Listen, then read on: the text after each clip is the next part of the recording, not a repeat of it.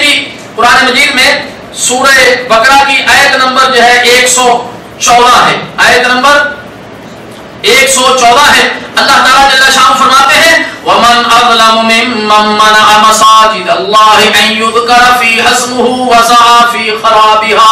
رب کائنات فرماتے ہیں اس شخص سے بڑا ظالم کون ہے جو اللہ کی مسجدوں میں اللہ کے ذکر کیے جانے کو روکے اور ان کی بربادی کی کوشش کرے؟ اس سے بڑا ظالم کون ہے جو لوگوں کو اللہ کی مسجدوں میں آنے سے روکے اور اس کی بربادی یا خرابی کی کوشش کرے؟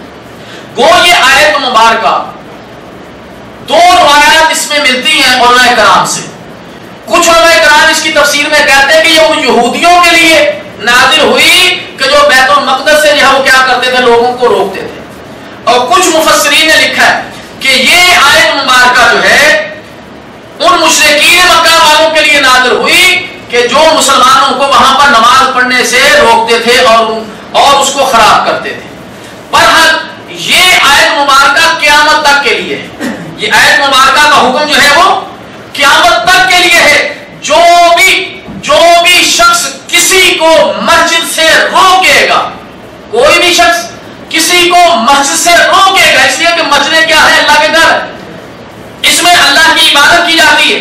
جو کوئی مسجد میں آنے سے کسی کو روکے گا وہ اس آیت مبارکہ کے حکم کے مطابق وہ ظالم ہے اور وہ مسجد کو برباد کرنے والا ہے۔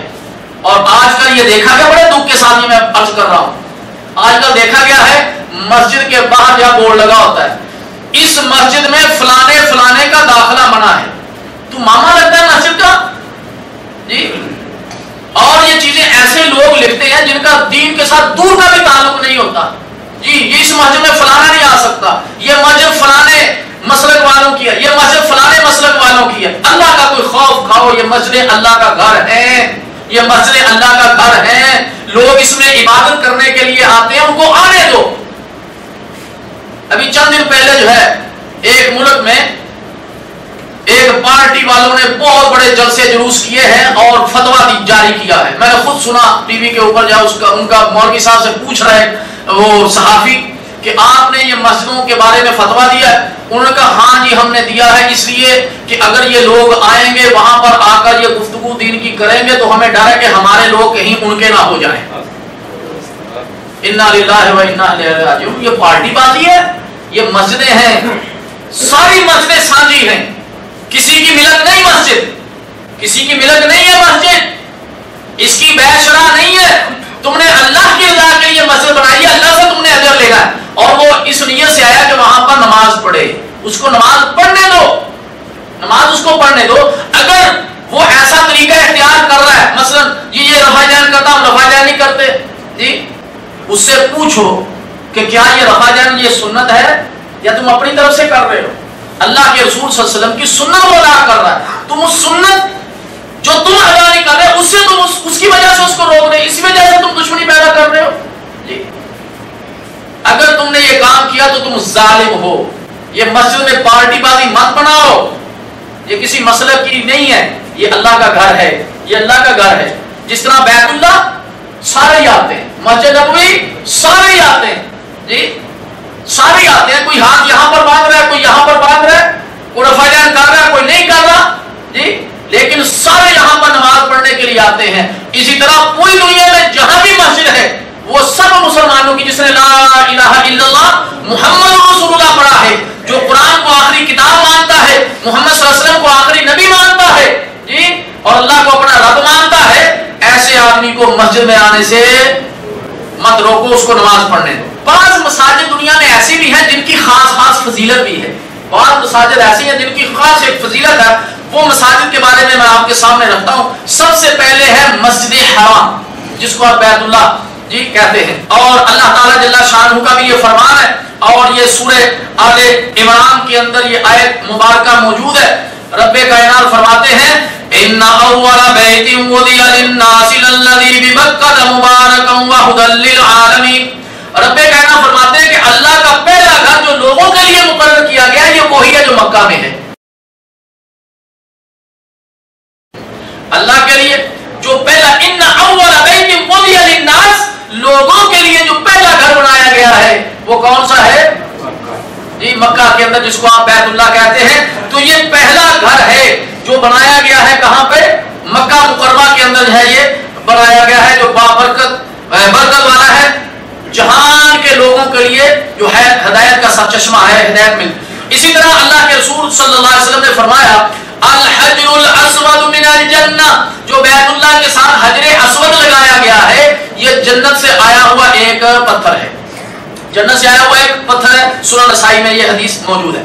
اللہ کے رسول صلی اللہ علیہ وسلم نے فرمایا صلاۃ فی المسجد، صلاۃ فی المسجد الحرام افضل من 100,000 صلاۃ فیما سواہ، مسجد حرام میں ایک نماز پڑھنا دوسری مساجد میں 1,00,000 نماز پڑھنے سے افضل ہے۔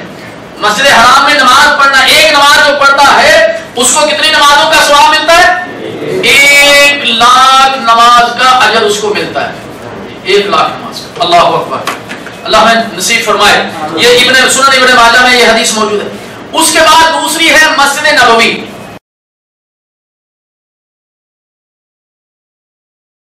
مسجد نبی، اس کی تعمیر اللہ کے رسول صلی اللہ علیہ وسلم نے اپنے دستے مبارک سے کی ہے جی۔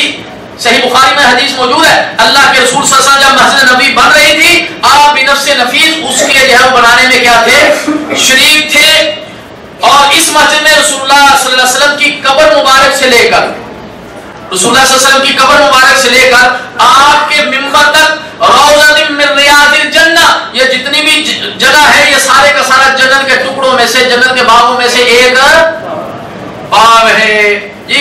اور رسول اللہ صلی اللہ علیہ وسلم کا جو منبر ہے، رسول اللہ صلی اللہ علیہ وسلم کا جو منبر ہے یہ قیامت والے دن حوض کوثر پر ہوگا۔ کہاں ہوگا؟ حوض کوثر پر ہوگا۔ صحیح بخاری کے اندر یہ حدیث موجود ہے۔ اسی طرح اللہ کے رسول صلی اللہ علیہ وسلم نے فرمایا صلاۃ فی مسجدی، میری مسجد میں نماز پڑھنا، میری صلاۃ فی مسجدی ھذا، اس میری مسجد میں نماز پڑھنا خیر من 1000 صلاۃ فیما سواہ الا المسجد الحرام، جی جو میری مسجد میں آ کے نماز پڑھتا ہے سوائے مسجد حرام کے اس کو 1000 نماز کا اجر ملتا ہے۔ جو مسجد نبوی میں نماز ایک پڑھتا ہے اس کو کتنی نمازوں کا اجر ملتا ہے؟ 1000 نماز کا جو ہے وہ نماز پڑھنے سے وہ کیا ہے؟ بہتر ہے۔ اس کے بعد تیسری ہے مسجد اقصی۔ تیسری کون سی ہے؟ مسجد اقصی۔ کہاں ہے یہ؟ فلسطین میں۔ یہ دنیا میں مسجد حرام کے بعد تعمیر ہونے والی یہ دوسری مسجد ہے۔ سب سے پہلے جو مسجد بنائی گئی دنیا میں وہ کون سی ہے؟ بیت اللہ میں جی، مسجد حرام۔ اور دوسری مسجد جو بڑی دنیا میں وہ کون سی ہے؟ بیت المقدس جی، صحیح بخاری۔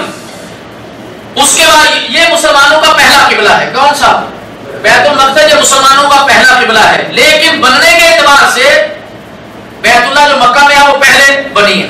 یہی 3 مساجد ہیں جن کی طرف محض زیارت کی نیت سے جانا جائز ہے۔ زیارت کی نیت، قصد کر کے زیارت کا، یہ 3 مسجدیں ایسی ہیں جن کی طرف جو ہے وہ زیارت کی نیت سے جو ہے وہ قصد کیا جا سکتا ہے۔ اس کے علاوہ کسی اور مسجد کی طرف جو ہے زیارت کی نیت لے کر جانا جائز نہیں ہے۔ اللہ کے رسول صلی اللہ علیہ وسلم نے فرمایا، صحیح بخاری میں یہ حدیث موجود ہے، صحیح مسلم میں بھی ہے، کیا فرمایا؟ لا تشد الرحال الا الى 3 مساجد۔ یہ رحلہ نہ باندھو، سفر کی نیت، زیارت کی نیت لے کر نہ چلو، مگر 3 مساجد کی طرف۔ وہ کون سی ہے؟ المسجد الحرام بیت اللہ پہلی مسجد، المسجد الرسول صلی اللہ علیہ وسلم مسجد نبوی، و مسجد الاقصی اور مسجد اقصی فلسطین کے اندر جو موجود ہے۔ یہ 3 مساجد۔ اس کے بعد ایک اور مسجد ہے مسجد قباء۔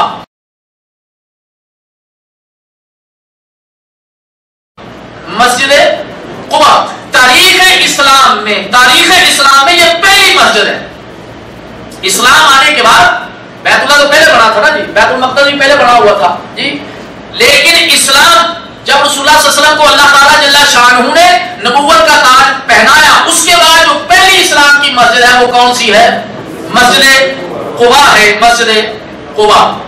سنن ترمذی میں حدیث موجود ہے، الصلاۃ فی مسجد قباء کعمرۃ، جو مسجد قباء میں نماز ادا کرتا ہے ایسا ہے جیسے اس نے عمرہ ادا کیا، جیسے اس نے عمرہ ادا کیا۔ اللہ ہمیں نصیب فرمائے۔ سنن ابن ماجہ میں ہے کہ جو کر کے, گھر سے طہارت حاصل کر کے مسجد قباء میں جاتا ہے اور ایک نماز وہاں پر جا کر ادا کرتا ہے, یہ عمرے کے مثل ہے. یہ کیا ہے؟ عمرے کے مثل ہے. اور اللہ کے رسول صلی اللہ علیہ وسلم ہر ہفتے میں جایا کرتے تھے مسجد قباء میں, اور وہاں پر جا کر جو ہے وہ کیا کیا کرتے تھے؟ نماز پڑھا کرتے تھے. صحیح بخاری میں یہ حدیث موجود ہے. اس کے بعد ہے مسجد ذوالحلیفہ.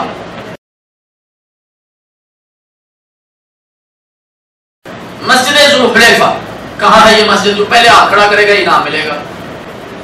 مسجد ذوالحلیفہ آج کل جو ہے وہ معروف وہاں پر ہے آبیار علی. چلے میں تھوڑا سا آسان کر دیا, آبیار علی بھی کہتے ہیں. جی بھول گئی, بتا دو.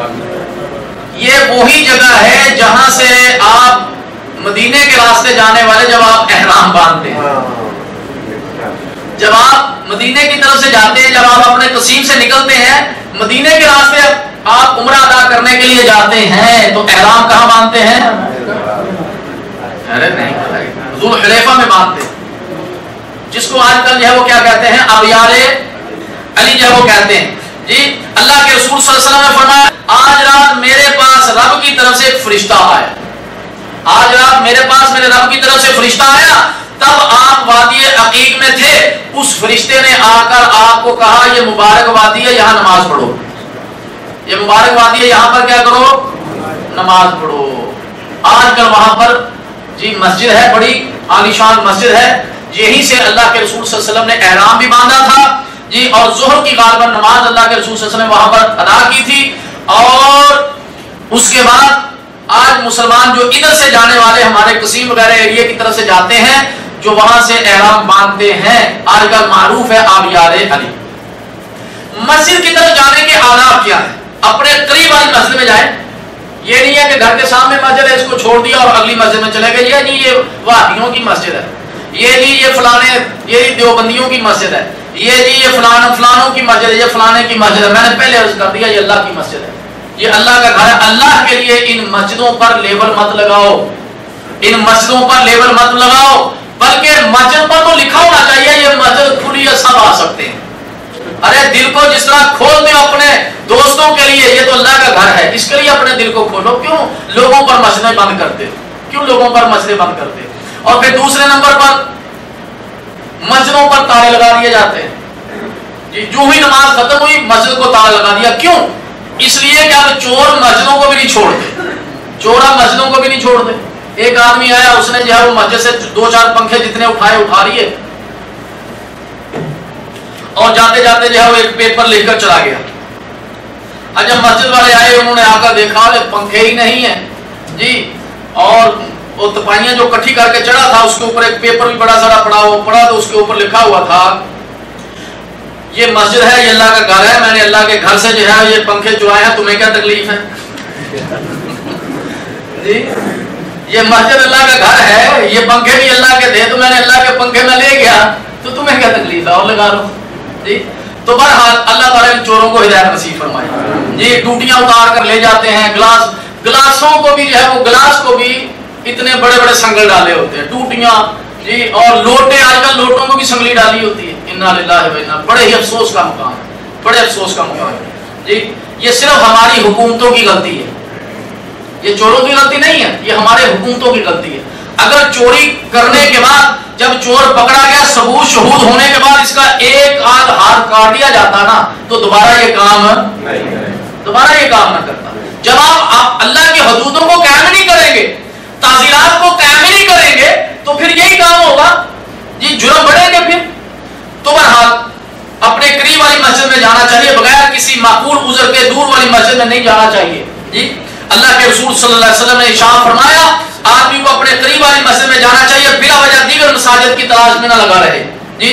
اور یہ حدیث طبرانی کے اندر جو ہے وہ موجود ہے. اسی طرح جو ہے وہ ترمذی والے رحمہ اللہ تعالیٰ نے اس کو جو ہے وہ اپنے کیا اس کی روایت کو صحیح قرار دیا. اسی طرح منہ میں بدبو پیدا کرنے والی چیز کو کھا کر مسجد میں نہیں جانا چاہیے. منہ میں بدبو پیدا کرنے والی چیز کو کھا کر جو ہے وہ مسجد میں نہیں جانا چاہیے. اللہ کے رسول صلی اللہ علیہ وسلم نے فرمایا, اور یہ حدیث صحیح بخاری میں موجود ہے, صحیح مسلم میں موجود ہے, جو لہسن یا پیاز کھائے جی وہ کیا کرے, ہماری مسجدوں سے دور رہے، وہ ہماری مسجدوں سے دور رہے، یا فرمایا کہ جب تک وہ ریح ختم نہ ہو جائے اس وقت تک جو ہے بدبو ختم نہ ہو جائے اس وقت تک وہ مسجد میں نہ آئے۔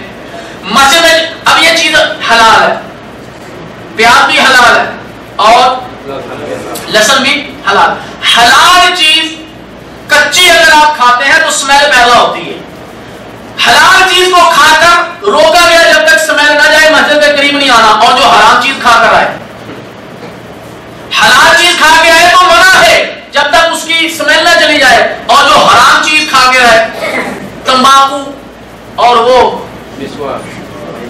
یہاں رکھتے ہیں اس کو، بیڑی جی، اور اسی طرح نسوار اور اس طرح کی اور ملتی جلتی چیزیں جن سے بدبو ختم ہوتی نہیں، زیادہ سگریٹ استعمال کرنے والا، زیادہ بیڑی استعمال کرنے والا، زیادہ نسوار استعمال کرنے والا آہستہ آہستہ استعمال کرتے کرتے کرتے اب اس کے کپڑوں سے بھی اس کے جسم سے بدبو آنے لگ جاتی ہے جی۔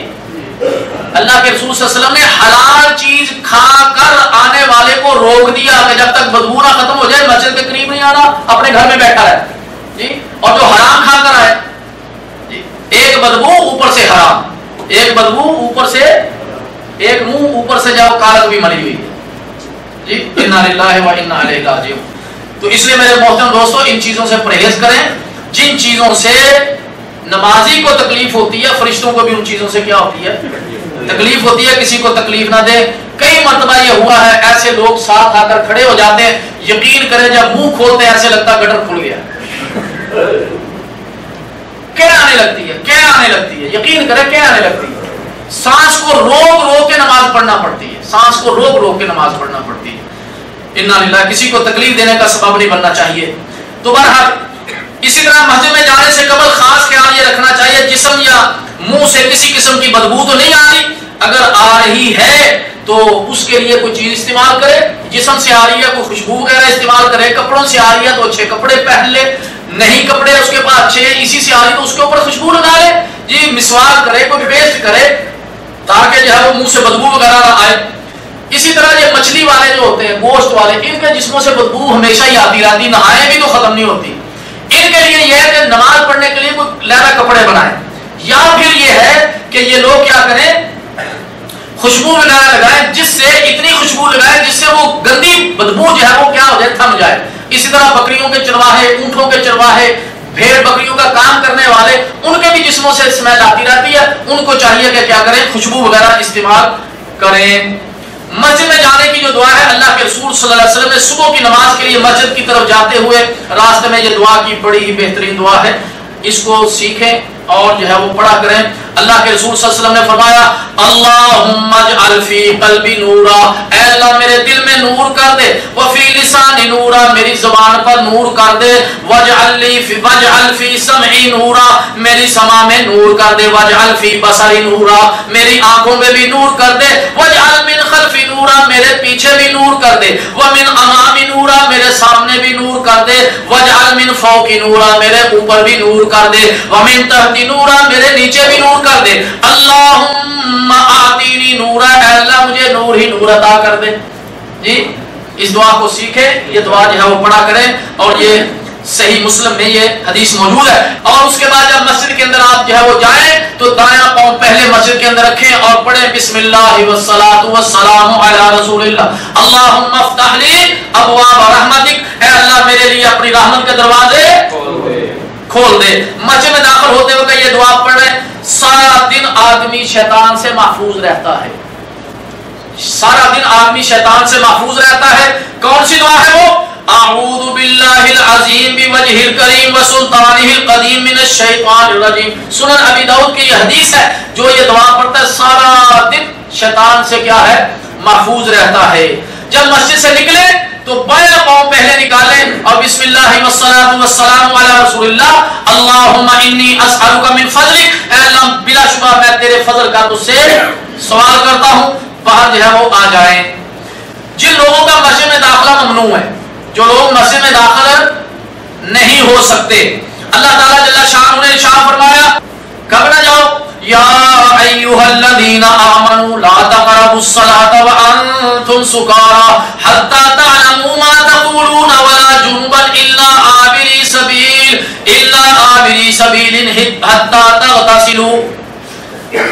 اللہ تعالیٰ جل شانہ نے ارشاد فرمایا کہ اے ایمان والو مسجد کے قریب نہ جاؤ، نماز کے قریب نہ جاؤ. کب؟ جب تم نشے کی حالت میں ہو.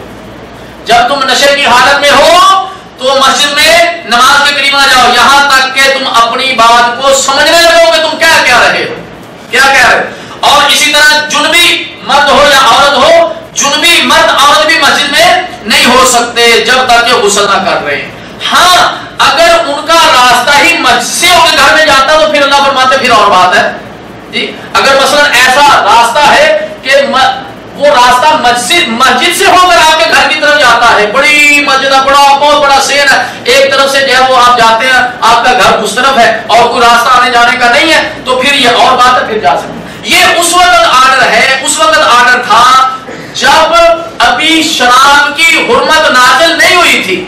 ابھی شراب کی حرمت نہیں نازل ہوئی تھی. تفاسیر کے اندر موجود ہے کہ ایک امام نے نماز پڑھائی اور وہ شراب کی حالت میں تھا، اب پتہ ہی نہیں چلا کہنا کیا ہے اس نے.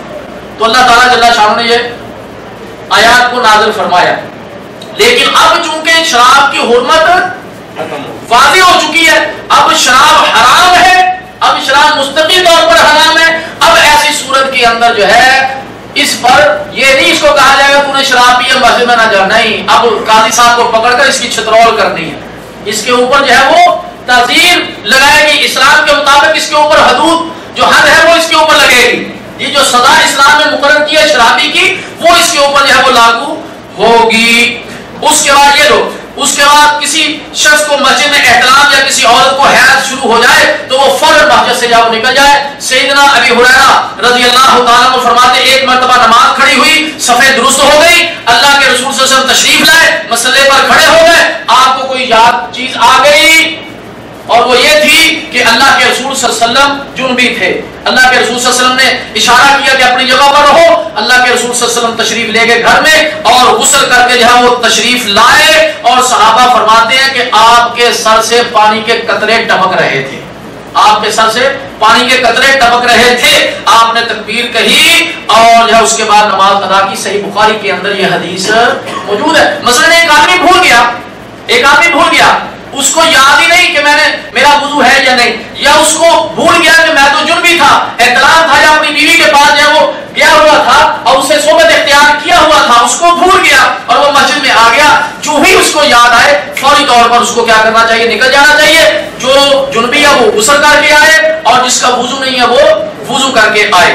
اسی طرح جس شخص نے کچا لہسن، پیاز وغیرہ، سیگڑ، حکا، بیڑی سمیت کوئی بھی بدبودار چیز کھائی پی ہوئی ہے تو اس کو چاہیے کہ مسجد کے قریب نہ آئے جب تک کہ اس کے منہ سے اس کی بدبو جو ہے وہ ختم نہ ہو جائے. اب جن کا مسجد میں جانا جائز ہے، جو مسجد کے اندر جو ہے وہ کیا ہے جا سکتے ہیں. عورتیں عبادت وغیرہ کے لیے مسجد میں جا سکتی، عورتیں عبادت وغیرہ کے لیے مسجد میں جا سکتی ہیں. ہمارے ہاں جو ہے وہ عموماً دیکھا گیا ہے کہ عورتوں کو کیا کر دیا جاتا ہے، روک دیا جاتا ہے. بہت سارے لوگ کہتے ہیں عورتیں مسجد میں نہ آئیں، حالانکہ عورتیں مسجد میں جا سکتی ہیں. عورتوں کے لیے جو افضل جگہ ہے نماز کی، اللہ کے رسول صلی اللہ علیہ وسلم نے فرمایا صلاۃ المرأة فی بیتها افضل من صلاتها فی حجرتها وصلاتها فی مخدعها افضل من صلاتها فی بیتها. اللہ کے رسول صلی اللہ علیہ وسلم نے فرمایا عورت کے لیے اپنے گھر کے دالان میں نماز پڑھنا صحن کی نسبت بہتر ہے اور اندرونی کمرے میں نماز پڑھنا کھلے مکان میں نماز پڑھنے سے بھی بہتر ہے. اگر کوئی عورت اپنے گھر کے اندر نماز پڑھتی ہے تو یہ اس کے لیے افضل ہے. لیکن اگر کوئی عورت مسجد میں جا کے نماز پڑھنا چاہتی ہے اور مسجد میں آنے جانے کے راستہ محفوظ ہے، مسجد کے اندر عورتوں کے لیے علیحدہ انتظام کیا ہوا ہے، عورت ایسی خوشبو لگا کر نہیں آتی جو ظاہر ہو رہی ہے جس سے جو ہے وہ پتا چل رہا ہے. اسی طرح اس کے کپڑے، اس کا پردہ وغیرہ جو ہے پورا ہے، کپڑے اتنے پتلے نہیں کہ جسم ظاہر ہو رہا ہے، اتنے تنگ نہیں ہے کہ اس کے اعضاء نظر آ رہے ہیں. ایسی عورت اگر مسجد میں نماز پڑھنے کے لیے جاتی ہے تو اس کو روکا نہیں جائے گا. اللہ کے رسول صلی اللہ علیہ وسلم نے فرمایا فلا تمنعوا اماء اللہ مساجد اللہ. صحیح بخاری کی حدیث ہے، اللہ کی بندیوں کو اللہ کی مسجد میں آنے سے مت روکو، اللہ کی بندیوں کو اللہ کی مسجدوں سے آنے سے مت روکو. اسی طرح اگر جو ہے وہ گھر کے اندر کوئی خاص جگہ بنا لی ہے، اگر گھر کے اندر جو ہے کوئی خاص جگہ بنائی ہے کس کے لیے، مسجد کے لیے، وہاں پر عورت نماز پڑھتی ہے تو ٹھیک ہے، یہ بھی صحیح ہے. اللہ کے رسول سیدنا انس رضی اللہ تعالیٰ عنہ فرماتے ہیں ام سلیم نے رسول اللہ صلی اللہ علیہ وسلم سے درخواست کی کہ آپ میرے گھر تشریف لائیے اور ایک جگہ پر نماز پڑھیے تاکہ میں اس جگہ کو کیا کر لوں، اپنی نماز کی جو ہے وہ جگہ میں بنا لوں۔ اللہ کے رسول صلی اللہ علیہ وسلم تشریف لائے اور ام سلیم نے آپ کے لیے چٹائی بچھائی اور اس کے اوپر پانی کے چھینٹے مارے، پھر رسول اللہ صلی اللہ علیہ وسلم نے اس پر نماز پڑھی اور انہوں نے بھی آپ کے ساتھ پیچھے نماز پڑھی۔ اسی طرح عورتیں مخصوص جگہوں میں، مثلا خواتین کے اسکول ہیں، مدرسے ہیں، اسی طرح یونیورسٹی کالج وغیرہ ہیں، وہاں پر اگر عورتوں کے لیے خاص ایک جگہ بنا دی جاتی ہے کہ عورتیں یہاں پر جو ہے وہ خاص نماز پڑھیں تو یہ جائز ہے، لیکن یہ بھی نہیں ہے کہ عورتوں کو امام ہی بنا دیا جائے، عورتوں کو امام بنا دیا جائے، یہاں جمعہ پڑھا رہی ہے وہاں پر جو ہے وہ کیا کر رہی ہے عید کا اور وہ خطبہ ہو رہا ہے، اس طرح نہیں کیا جائے گا۔ لیکن اگر امامت کرتی ہے عورتوں کی عورت تو پھر ان کے درمیان میں جو ہے وہ کھڑی ہو کر نماز جو ہے وہ پڑھا سکتی ہے۔ بی بی عائشہ صدیقہ رضی اللہ تعالی عنہا جو ہے وہ کیا کیا کرتی تھی، عورتوں کو نماز پڑھایا کرتی تھی، عورتوں کو نماز پڑھایا کرتی تھی، لیکن وہ کھڑی کہاں ہوتی تھی، صف کے درمیان میں، یعنی ادھر بھی عورتیں ادھر بھی عورتیں، درمیان میں بی بی عائشہ صدیقہ رضی اللہ تعالی عنہا کھڑی ہوتی تھی جی۔ اور جو نماز مسجد میں امام کے ساتھ اگر عورت آ کر پڑھتی ہے تو گھر کے اندر نماز پڑھنے سے وہ 27 درجے کیا ہے وہ بہتر ہے۔ مسجد کے اندر نماز پڑھی ہوئی وہ گھر کی نماز پڑھی ہوئی سے 27 درجے جو ہے وہ گنا بہتر ہے۔ صحیح بخاری میں یہ حدیث موجود ہے جی۔ سیدہ ام ورقہ رضی اللہ تعالیٰ فرماتی ہیں رسول اللہ صلی اللہ علیہ وسلم جو ہے ملاقات کے لیے اس کے گھر تشریف لائے اور اس کے لیے مؤذن مقرر کیا اور اسے یعنی مجھے گھر والوں کی جماعت کرانے کا حکم دیا کہ گھر والی عورتوں کو تو کیا کر دیا کر، نماز پڑھا دیا کر۔ سنن ابی داؤد میں یہ حدیث موجود ہے۔ اسی طرح خواتین کی جماعت فرض نفل دونوں کے لیے جو ہے وہ جائز ہے۔ رسول اللہ صلی اللہ علیہ وسلم نے ام ورقہ رضی اللہ تعالیٰ کو مطلقاً یہ حکم دیا تھا کہ تو کیا کر، ان کو نماز، عورتوں کو نماز پڑھا۔ خواتین کی نماز پڑھانے کا طریقہ یہ ہے کہ عورتیں امام کی جو امام ہے وہ صف کے درمیان میں، جو عورت امام ہے وہ صف کے درمیان کے اندر جو ہے وہ کھڑی ہوگی، مرد امام جو ہے وہ مرد کی طرح آگے نہیں کھڑی ہوگی۔ بی بی سیدہ عائشہ صدیقہ رضی اللہ تعالیٰ عنہ جب جماعت کرواتے وقت صف میں کھڑی ہوتی تھی تو وہ درمیان میں کھڑی ہوتی۔ دارقطنی نے یہ حدیث کو نقل کیا ہے۔ اسی طرح خواتین کے مسجد میں جانے کے جو آداب ہیں وہ میں نے آپ کے سامنے جو ہے وہ رکھے۔ اگر راستے میں فتنے کا ڈر نہیں ہے، فتنے کا ڈر نہیں ہے، آج کل اللہ تعالیٰ جل شان نوجوانوں کو ہدایت نصیب فرمائے، نوجوانوں کو اللہ ہدایت نصیب فرمائے، اپنے بیٹوں کو سمجھائیے، اپنے بھائیوں کو سمجھائیے کہ راستوں کے کونوں کے اوپر نہ کھڑے ہوا کریں۔ عورتیں گزرتی ان کا گزرنا پھر جو ہے وہ کیا ہو جاتا ہے، دشوار ہو جاتا ہے۔ عورتیں گزریں ان کو اشارے مت کریں جی، سیڑھیاں مت ماریں۔ لوط علیہ السلام کی قوم میں یہ بھی بیماری تھی کہ ان کے نوجوان چوکوں کے اندر کھڑے ہوا کرتے تھے، سیڑھیاں بجایا کرتے تھے، اور یہ بیماری آج مسلمان کے بچوں کے اندر بھی موجود ہے جی۔ عورتیں ڈرتی گھروں سے نکلتی نہیں ہے، کوئی ادھر کھڑا ہے، کوئی ادھر کھڑا ہے، کوئی ادھر کھڑا ہے۔ اگر گپ شپ لگانی ہے کسی ایسے پارک میں چلے جاؤ، ایسی جگہ چلے جاؤ جو خاص لڑکوں کے لیے بنایا گیا ہے، یا کسی اپنے دوستوں کی بیٹھک کے اندر جا کر بک بک یحییٰ جو کرتی ادھر کر لو، لیکن مسلمان عورتوں کو تنگ نہ کرو، مسلمان عورتوں کو تنگ نہ کرو۔ اور عورتوں کو بھی چاہیے کہ فضول گھروں سے مت نکلیں، عورتوں کی بھی چاہیے کہ فضول گھروں سے نکلنا بند کر دے۔ عورت اپنے گھر میں محفوظ ہے، عورت اپنے گھر میں محفوظ ہے، اس لیے کہ عورت جب نکلتی ہے تو شیطان بھی نکلتا ہے اور شیطان کے ساتھ اس کے چیلے بھی نکلتے ہیں۔ تو اللہ تعالیٰ نوجوانوں کو ہدایت نصیب فرمائے۔ ٹائم ہو گیا جی، کچھ اس کے اور آداب باقی ہیں، ٹائم کے پیش نظر پھر انشاءاللہ ان کو آپ حضرات کے سامنے عرض کریں گے۔